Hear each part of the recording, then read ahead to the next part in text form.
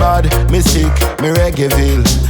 Reggaeville family, this is the Reggaeville Easter special. We're coming to you from Munich, Germany. And with me is, you might think, okay, she is the backing vocalist. No, man, she's an artist in her own right. That's right. And she's doing her own thing also today as well. With me is TORI LATTORE. How's everything, girl? It's good. It's going good so far. I love it here.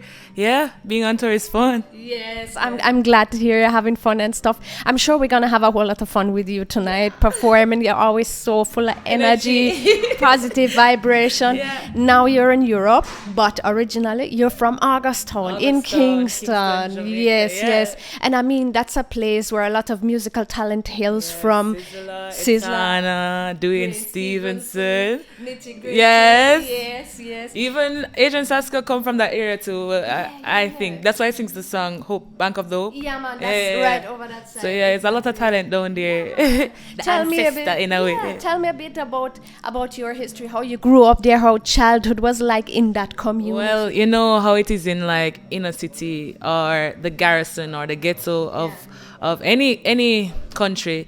It was rough, you know. You grew up with a single parent. My mother was mother and father, so she was really just out there grinding, and you see how she grind and she work hard, and you just know that you can't really follow the stereotype and follow people and just know who you are. She always say, always be a leader, not a follower.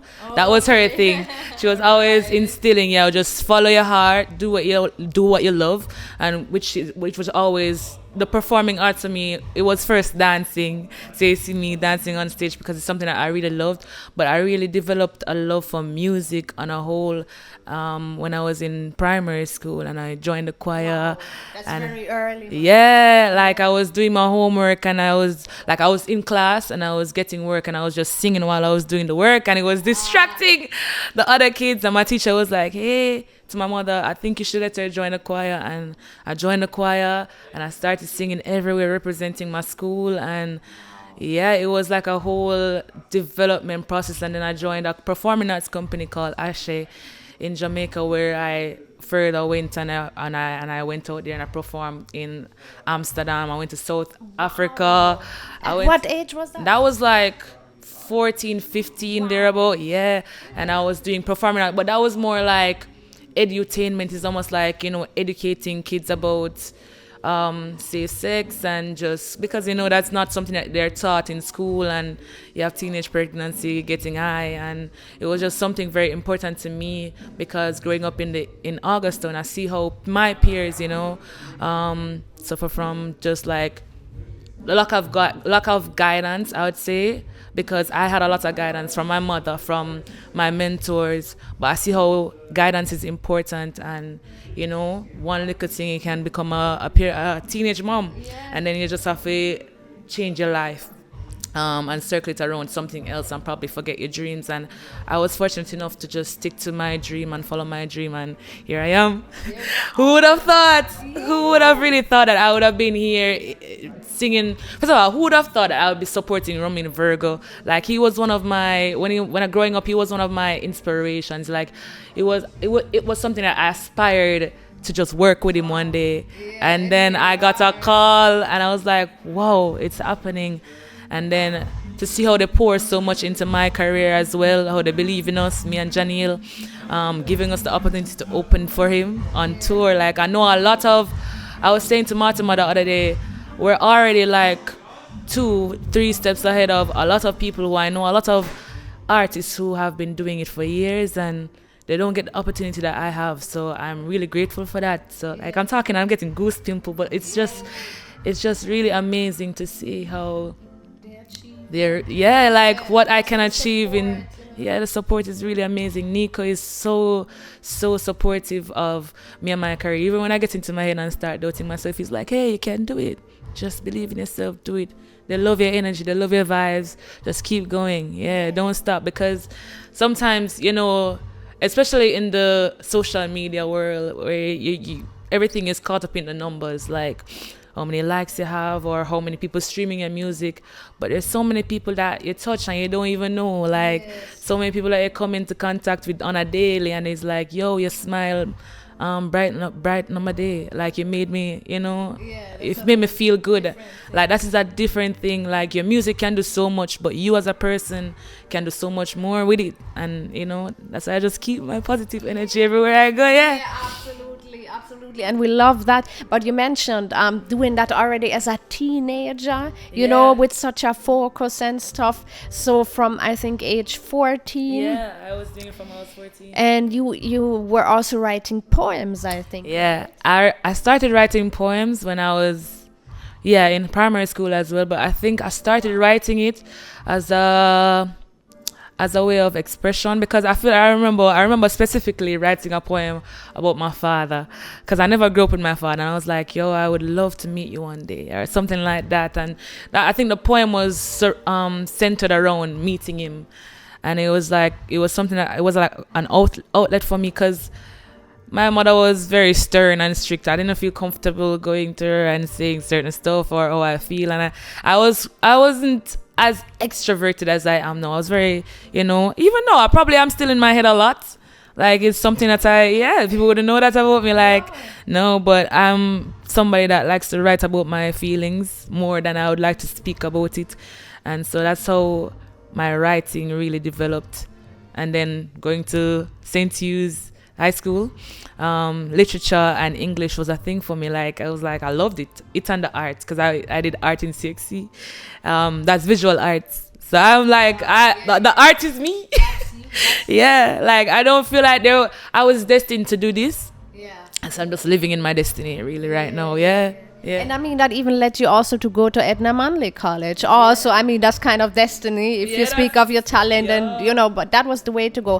How was that experience like, and what exactly did you study? Well, I studied jazz and contemporary music. I didn't finish, strangely enough, and I was going to... As yet. I didn't finish as yet. I might go back and finish up, but, like, with I am the first generation college attendee in my mom's household, so I don't really know much about like the way of how to go and go for scholarship. I kind of especially like when you hear about scholarship, it's like I'm not gonna get that. It's an arts college, so I never really applied for scholarship, and my mother never really have the money to send me, and I wasn't getting like a big paycheck working with Ashe, so it's like I was in and out, and it took me a while, but I got there. It's just like I have a few courses to finish up.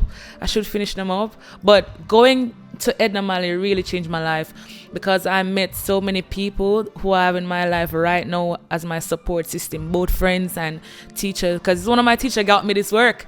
His name is Carl Lee. He works for Christopher Martin. So he gave me a call. He's like, "Yo, Ivy, what do you think about working with Romain Virgo?" I was like, I would love to. He's like, "Hey, what a question! What a question is that?" Pity, like he didn't know that he was that's my dream. Like that's one of my dreams. And he called me and he's like, "All right, I'm gonna give your number to somebody. Just expect a call." And Nico called me and I was like, "Yeah, I want to do it. Yeah, sure, let's go." Yeah, I'm like, why not? I love Romain Virgo so much. She's like, of course, So yeah, going to that school really brought a lot of people into my life who was very important. Nico's wife, Ruth Browning, who's still my vocal training teacher. Every now and again, I get a little lesson, and yeah, like I'm still in training. You can't be out of training ever. You can't be too good to train. But I mean, also the energy that you have with Romain on stage, and when we see on the socials, we see the little clips of you also backstage and in the streets with Nico as well. Yeah. That is hilarious, man. That is such a joy to watch. Yeah. Tell me a bit about your guys' friendship or relationship for the trio. We're literally hilarious and silly. It's like it's not even like work boss and employee. It's just like friends, family. We're literally a family now. Like we have a little bickering, like I will get over it, and it's just like it's just so warm being around them. You just feel so supported and loved. Yeah, like that's our relationship. It's like brother and sister. It's like yeah. But I think that also helps when touring, right? Yeah. Because I mean, it's not that easy. It's stressful. You like being around them. You trust them. Yeah, that's so it's very fun touring with them. But I mentioned already, you are artists in your own right. You have released singles since 2019 already. That was Goodbye. Was the first works, and a lot of singles followed after that.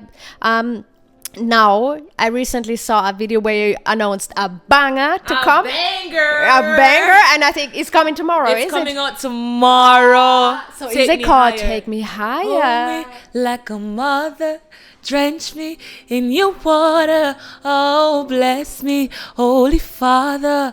Ooh, you made me sing like a choir. Take me higher. Ah, yeah. Speaking of goosebumps. Yeah, it's a vibe. It's something new. It's something well, it's not new. It's taken back from ska. From ska music, yeah, exactly. ska music. Because it's like, yeah, reggae music. I love reggae so much, but I'm also influenced by that because I learned that I always knew about it, but I went through the history of it in college, Edna, and it's like I love that era of music. It was very bubbly, very bouncy, very dancey, and also you can. I think reggae music is one of the sexiest, rhythm and beat out there. So I like to sing sexy music on it, and I felt the same way about ska. I feel like you can move with your partner and just have a vibe. If you're driving through the hills, you can listen to it and it keep you up.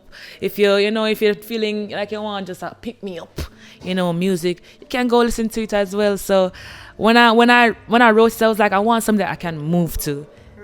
I want something I can move. That fits your energy. Yeah, I need an outlet, I love reggae music and it keeps me rocking, but I'm thinking about the set. I'm thinking about like when I'm supposed to performing it. I don't want my set to flatline and just be on one level. I want people to be able to dance and bounce. Yeah, so I decided to do that, and I have so many more music coming out this year. I'm so excited. I'm releasing. But Take Me Higher is the first one this year, and I'm excited about it. So can you reveal a little bit of what is coming else in this year? Yeah, so I have a song that I wrote maybe over 5 years ago. I have trouble naming it, but it's because it's so complicated. It's like that's my babe because it's different. It has the reggae influences, but it's almost like a song where you be like, you have to take a listen because this is new, this is fresh. It's called, I'm not gonna say the name because I don't want to put it out there and then we'll change the name.